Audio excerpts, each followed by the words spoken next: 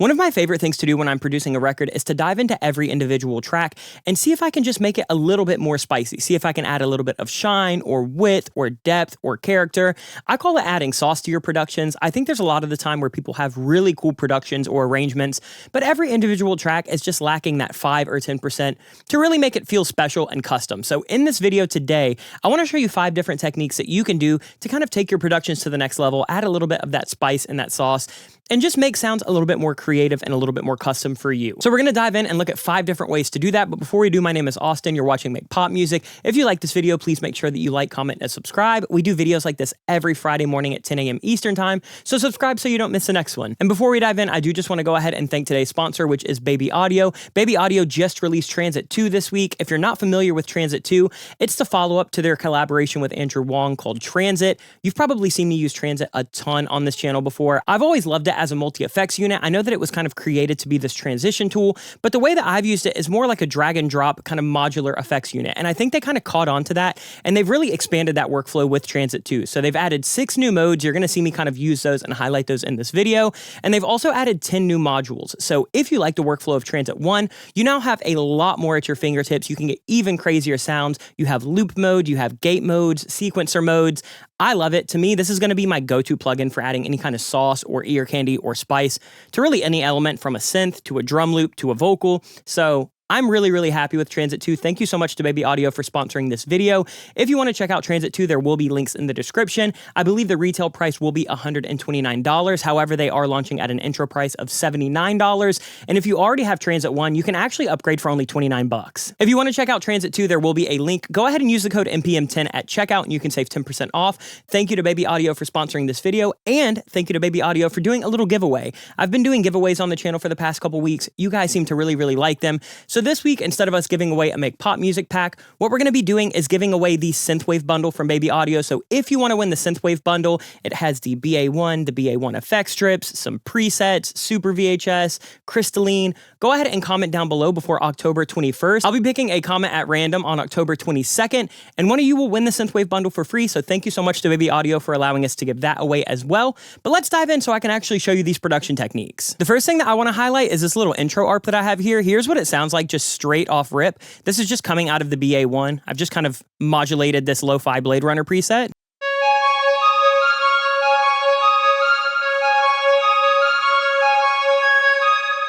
So I'm just doing a little filter sweep with a stock filter, nothing crazy on that. But where it does get crazy is Transit. So what I wanted to do is I wanted to add some kind of cool little granular delay throws, but I don't want them to be hitting all the time. So I'm actually using one of the new modes in Transit 2 called Sidechain. And as you can see up here, I've activated this as a sidechain, and I just have a little input right here. That input is essentially just a little rim hit. And the key to this is that rim hit is actually bus to no bus. So it's not sending out real audio.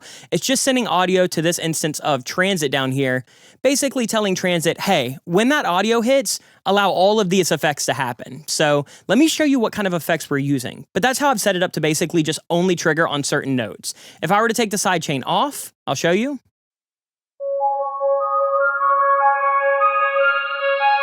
You're not really getting any of the effect. And as soon as I turn the sidechain on, now that that little rim hit is sending in, go ahead and listen to where that's happening. So it's basically on the first note of every bar. I have this noise and this kind of octave pitch down delay throw happening.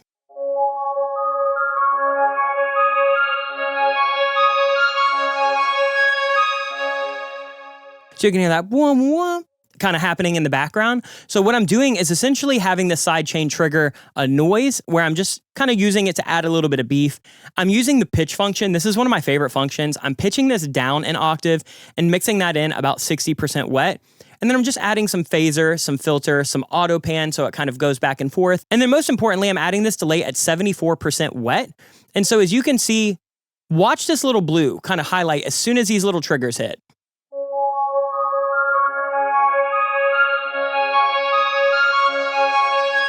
You can see that it's sending out to there. If I were to turn up my sidechain, it'll hit it even harder.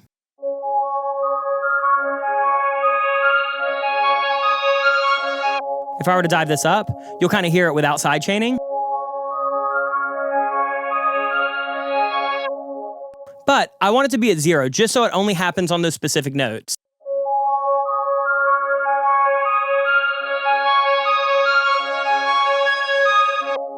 And again, if I were to take that off, it's a fine little ARP run up.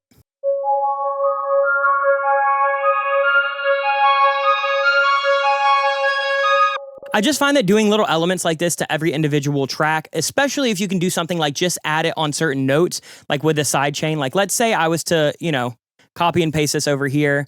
You'll kind of start to hear how it brings in those little granular kind of pitch down delays wherever I have this happening.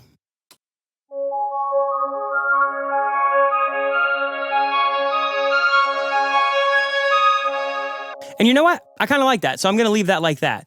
But that's how you can use Sidechain on something like Transit 2 to basically just make super creative delay throws. If I were to pitch this up an octave, kind of does the same thing. By the way, if you just hold, I think it's Control, maybe Command on Mac, it'll actually snap to the semitone of this. So I'm going an octave up now.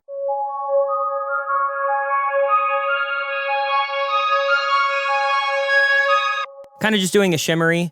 I actually want to pull it down back to an octave. I like that vibe better. But let's go ahead and let's move on to the next thing. So creative delay throws with a sidechain input, always super, super fun. The next thing I want to show you is this synth down here that's kind of the main synth of the whole song. Again, I'm just using the BA1. This is actually one of the things that you can win in the giveaway, so go ahead and comment down below. But I'm just using this preset, and I've kind of, changed quite a bit about it just to make it a really low kind of almost sine pad.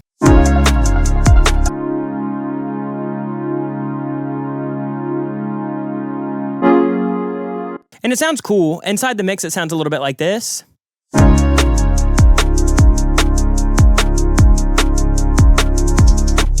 I wanted to add a bit of spice to that. I'm a big fan of taking really simple sounds and then post-processing the absolute hell out of them to give me something really, really cool.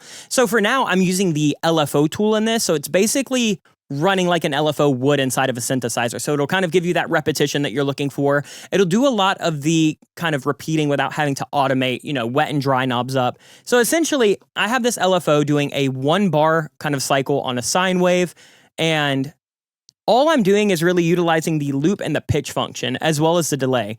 Anything that's blue, that means that's being modulated by this motion over here. If you were to hit that, it's motion off. Now it just acts as a normal kind of standard effect that you can automate yourself.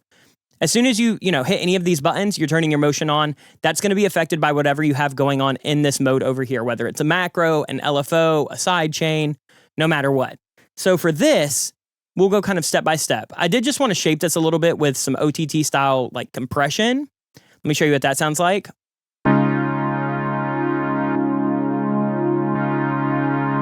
Just kind of brings it forward in the mix, get those kind of high harmonics a little bit more up in the mix. Next thing we're doing is the looper right here. So you can see that this mix is actually being automated by this LFO, and we have this doing an 8th note loop.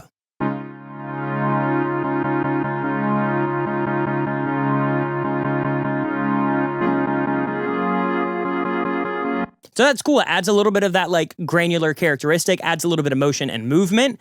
And again, that mix is just being triggered by this LFO over here. If I were to change the rate of that,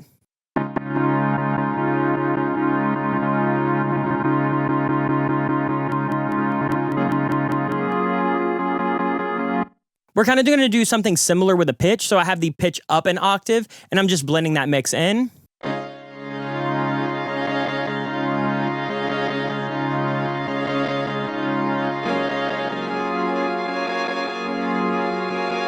It's just adding quite a bit of that like sparkly texture. We go ahead and do a little bit of delay just to kind of make this a little bit more wet, make it a little bit more spacey. We're automating up this feedback right here with the LFO.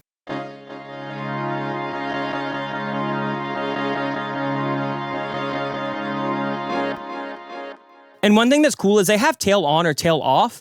Tail on is kind of just going to act as a normal delay. It also happens on the reverb. If you do tail off, it'll basically almost gate itself. It's a really cool kind of specific effect that when Baby Audio was kind of showing me a run through of this plugin, I was really intrigued by this tail on, tail off. I can't remember if they have it in Transit 1, but if they do, I've never utilized it.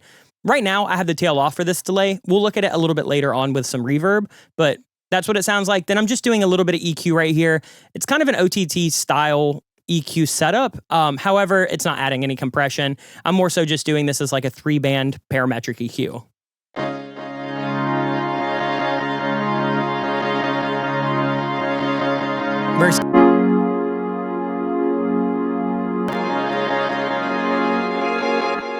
You can also adjust the mix down here. If you go ahead and hit dynamic on, that mix is also going to sync with this LFO. So if I were to do that, you can kind of hear it. I don't really need that for this. I'm leaving the mix at 100%. And let's hear it inside the mix without Transit 2 and then with Transit 2.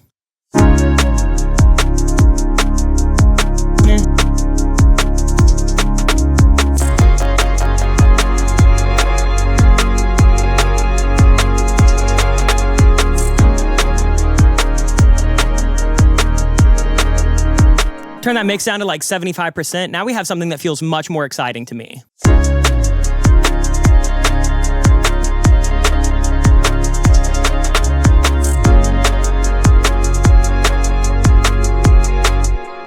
We're also doing something kind of similar over here with this gated synth, where we just have this little synth out of BA1 called Testarossa. Here's what it sounds like straight up.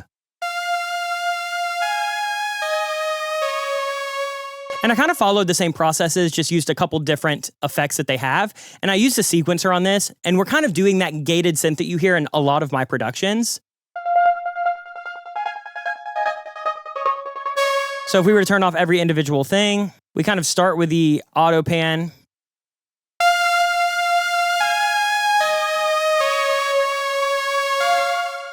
Then we go to that retro reverb. As you can see, tail is on for this one. This is really where it comes in. I have a saw wave doing a 16th note jump.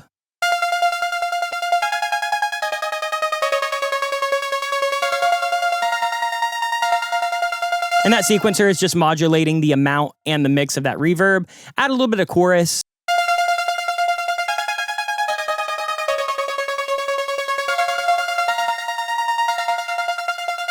A little bit of pump to add some sidechain, kind of like what you would get out of something like a kickstart.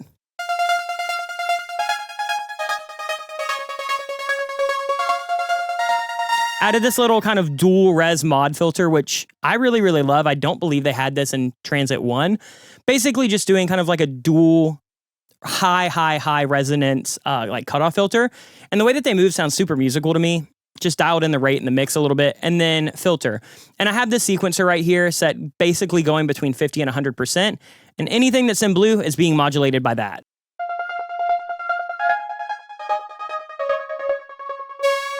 Just kind of doing the same thing that the other synth is doing, just with kind of new tools. Here's what it sounds like without it in the mix.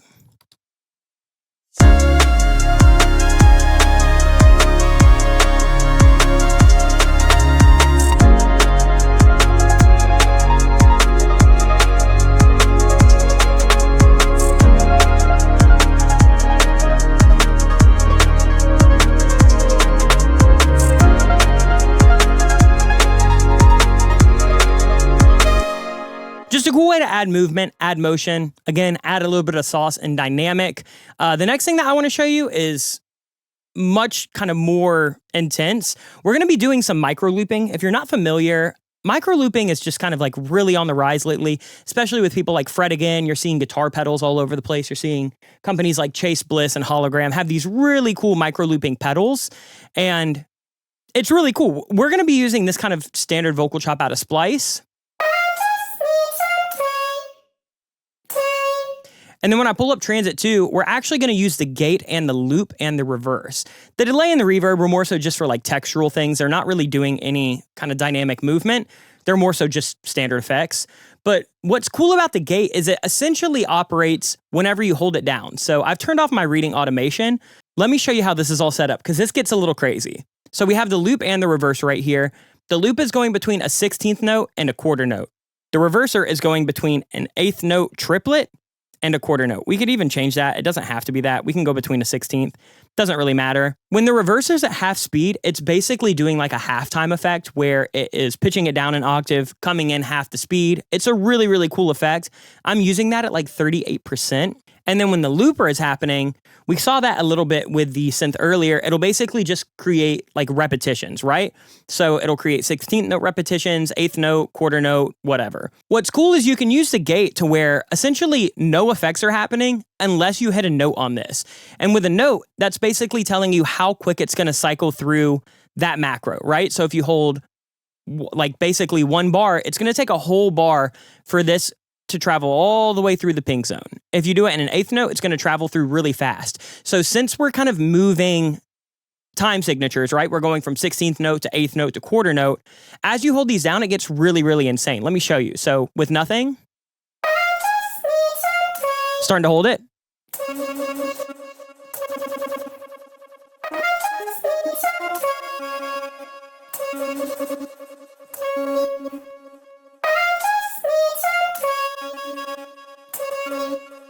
So you can essentially just almost use it as like a little launch pad for really weird kind of glitchy granular effects. And so I'm using it like that on the loop setting. Let me show you what it looks like with my actual automation, because I went ahead and just drew this in. So I'm essentially doing automation on all the different pads. So like I'll do a quarter note for a little second, I'll do an eighth note, I'll do a half note. I kind of just did it to taste and then just refined it with my actual pen tool in Cubase. But after everything, I got this, and it sounds so sick. This is what it sounds like with all that chopping and micro looping and reversing.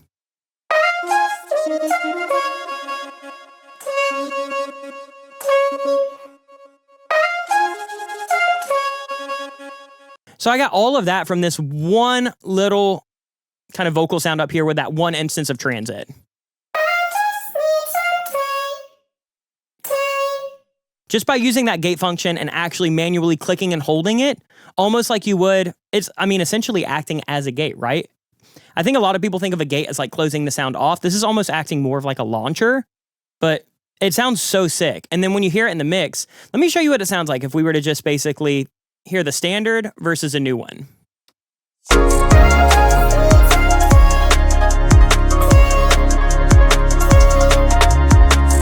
It's fine. Let's hear the new one.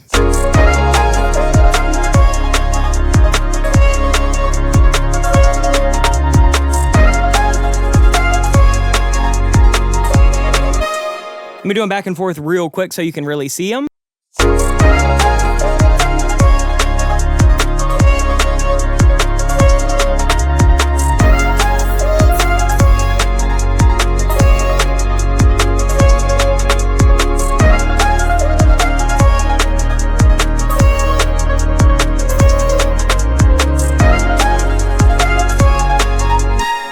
So essentially just using that little gate function and the loop and the reverse, you can get that really cool kind of like pedal-esque micro looping. And I find one of the coolest instances of doing that is by like allowing happy accidents to happen, right? Just like throw an instance of transit on, set some of these parameters to just like random stuff where you're not really paying attention, and just fire off on that gate and just record everything. And as soon as you like it, print it down, use that audio, and then just keep doing it until you find those weird happy accidents. I think my favorite thing about the update for Transit 2 is Transit 1, I think they really, Baby Audio and Andrew Wong, kind of thought that this was going to be more of like a transition tool to use, which I'm going to show you in just a second. For me, I've always used this a little bit more as like a multi-effects tool that kind of had the macro functioning built in. So now that they've added the LFO, the follower, the sidechain, the gate, and the sequencer, so I can use those to kind of launch all these weird multi-effects rather than having to just dial in a macro. To me, this is crazy. I think that this is better than any of the other kind of modulating multi-effects units that I've seen on the market.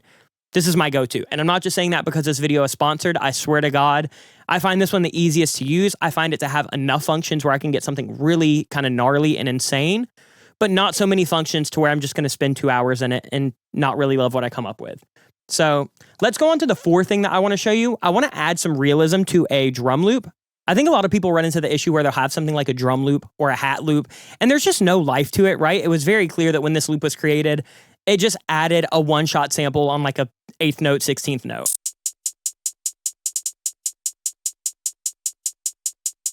There's no pitch variation. There's no like dynamic variation. If you were to play a hi-hat, every time you hit that live hi-hat, the pitch is a little bit different. The velocity is a little bit different. It's getting a little bit more or less of the room sound. And so sometimes what I like to do is process my synthetic drum loops with some of those characteristics, right? So right now we're using the LFO again because I'm basically going to have this, if this is doing a 1, 2, 1, 2, 1, 2, 1, 2, I'm going to have this LFO basically trigger every other hit. And I'm pitching this down about 2 semitones. We don't even have to go that much. This definitely doesn't have to be an exact science. And then I'm using OTT to just like really highlight that hat sound.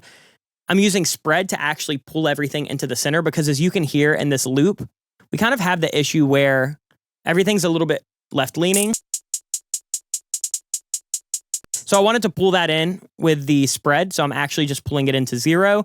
And then I'm actually using auto pan after that to now add my movement. So let me show you what this sounds like. This LFO tool is going to be affecting the pitch, and it's going to be affecting the amount of OTT. So it's basically adding a little bit of extra compression on some certain notes and a little bit of pitch variation.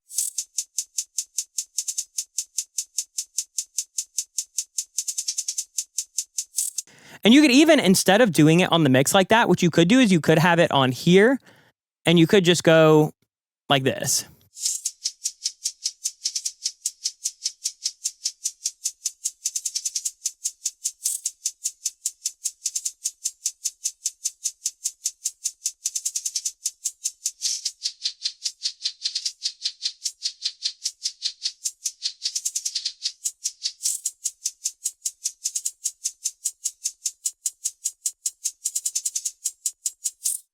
You can just kind of dial it into your own settings.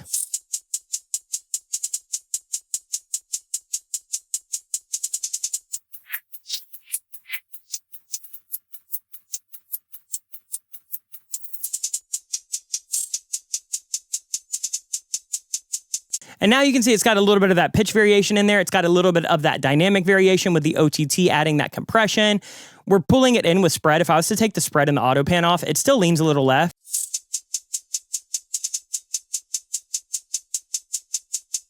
Centering it up. You could speed this up if you wanted.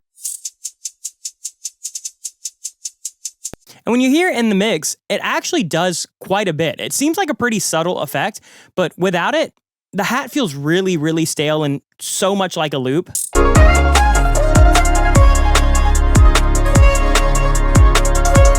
With it,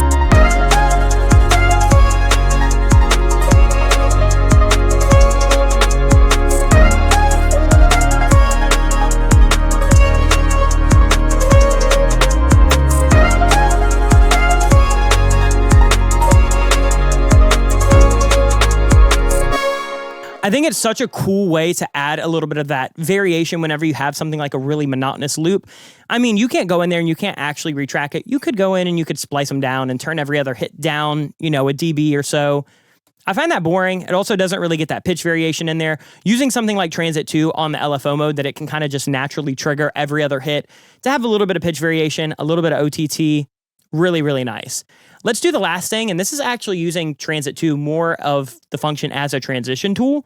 So I've used it on mixes before where I kind of use it to go from, you know, a verse to a chorus or whatever. They didn't used to have this warp function on here. I've done kind of chopped and screwed outros on the channel before, and you guys always ask how I do them, and they've always been pretty monotonous and annoying to set up. However, with this warp function, it's so simple. So I'm actually using it on the kind of OG macro setting. This was in Transit 1. And I'm pulling it down to 50%. So as we kind of cycle through this macro, it's going to slow the audio down to 50%. I'm also driving the mix of a bit crusher and of an EQ up, so it can kind of distort that audio. It can filter out some of the highs and lows of it, because as you pitch things down, it gets lower. I don't want to accidentally blow somebody's subwoofer because I have it shifting down what's essentially going to be like a whole octave once it goes down to half speed. So I'm essentially just pulling out about 7 dBs of lows and about 8 dBs of highs to kind of really band pass it. And then I'm just adding that bit crusher so it can get that really kind of like messed up, distorted, chopped and screwed sound. And watch as this macro happens. It's such a cool little effect. It's so simple to set up and to do, but it does the exact function you want.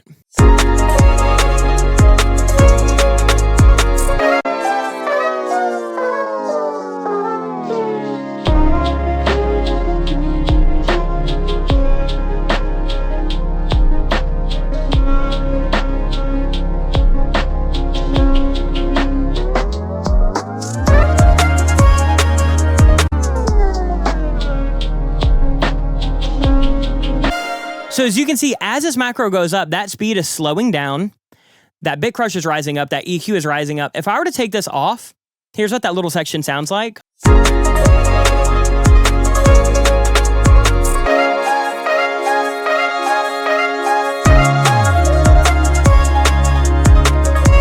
Sounds the exact same. Throwing this on, we're getting that chopped and screwed kind of half speed, you know, slowed down remix effect in literally 3 effects.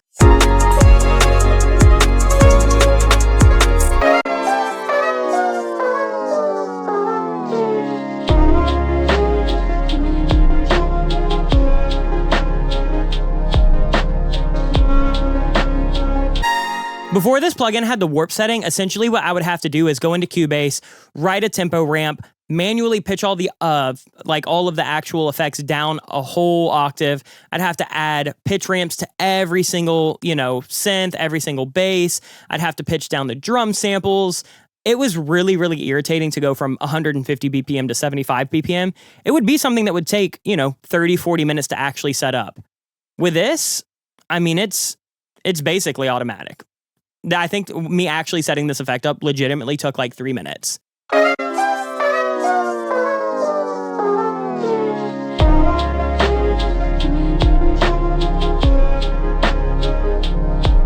So try that warp setting. If you were to swap this, you could even do, an Alvin and the Chipmunks thing.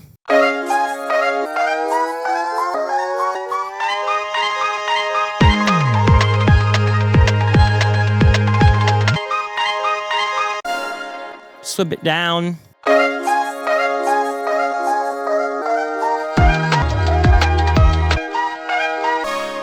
gonna take it back down to the 50. That's where I like it. There you go. That's how you can add your own little chopped and screwed outro or verse or whatever you want to do. Basically just half speeding everything in your entire mix. I just have that happening on my master bus right here. It's just the first thing happening before like my clipper, my everything. So as I pop it down, I'll make sure that I'm still not accidentally distorting anything kind of post fader.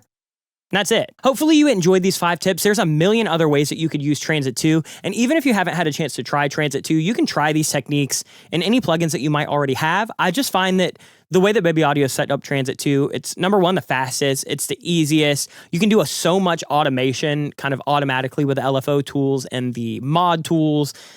So go check it out. Again, if you want to be entered to win that Synthwave bundle from Baby Audio, just leave a comment down below before the end of October 21st. I'll be picking a winner on October 22nd. And I'll just respond to your comment if you won. Those are picked completely at random. But make sure that you go check out this plugin. Use our code NPM10 at checkout. And once again, thank you to Baby Audio for sponsoring this video. I always love working with them. They're legitimately one of my favorite plugin companies. So this video was a blast. I hope you got some good info out of it, but I will see you next week with more content. And until then, much love. Peace.